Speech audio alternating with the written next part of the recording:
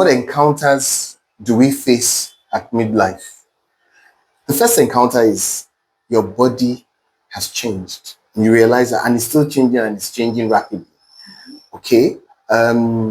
You will need to engage in more wellness and well-being exercises and systems because your body is changing. You can notice that certain parts of your body are actually changing, and probably because of medication, age, certain challenges, the lifestyle you have had, it has put a significant impact on your body, and you're realizing it now. Okay, that's the first. And the second is your health. Your health is changing, and it's changing also significantly. Your approach and the way your body responds to stress and other external forces is also significantly changing, and you need to manage that. You need to become conscious of what those health concerns, they may not be challenges, but concerns are now, and do something about it.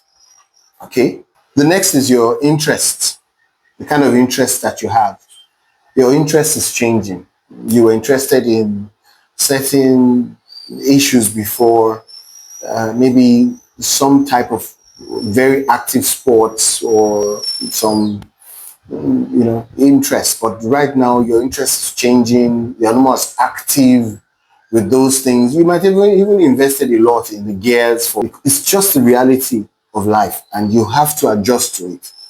Some of those things that you have invested in, may be time to give them out, because somebody else will, whose interest and age is appropriate for that, will be pretty much interested in that. The next is your career. You may be at a certain level of your career. Maybe you are already at the top. You're an executive, and things are changing so rapidly around your business and your career that you have to keep up with technology. You have to keep up with the market. The people you are dealing with will be younger. You have more international engagements, and that is putting you under a different strain and view. Okay, so that's also an area that can be that will begin to shift the work style, the work approach. Now people are asking, is it hybrid, or is it virtual, or is it on site? Before, those words were not common in the workplace, so people are now using that as a negotiation tool. So if you run your business, you find a lot of young people coming to say, look, can we do hybrid rather than full on-site work, or can we do full virtual and we'll still deliver the work? And that's something new to you, but it's something you have to quickly learn and get it. Your family is also changing. Your children have different interests, new locations, and so things are just different. The essence of this is that you begin to change with this reality. You begin to look at the implication on you. They say that a man that is not self-aware can be the most dangerous person. Why? To the people around you.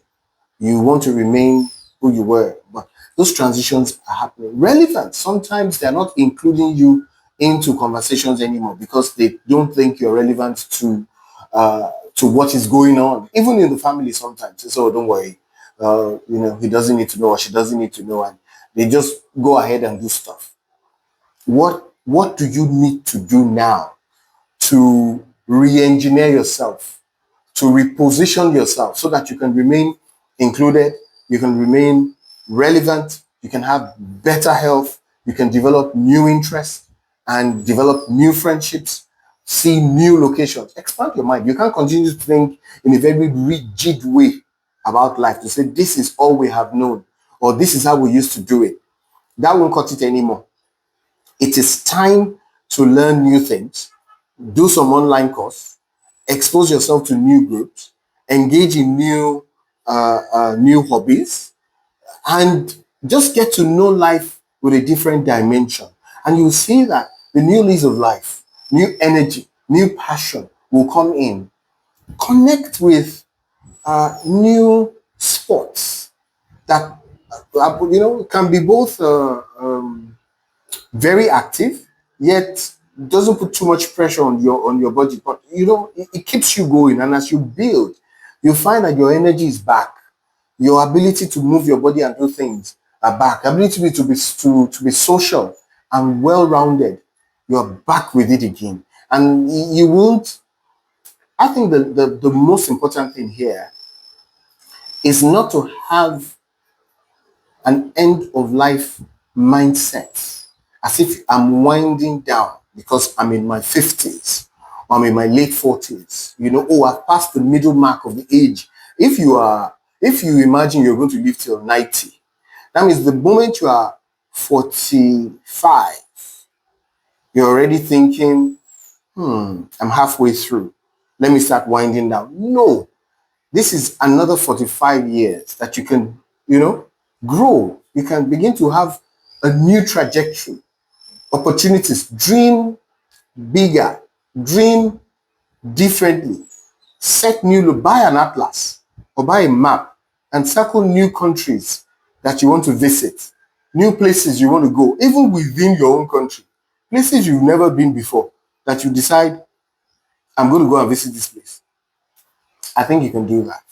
And that will give you, new energy and make you even more interesting as a father, as a spouse, even as a sibling.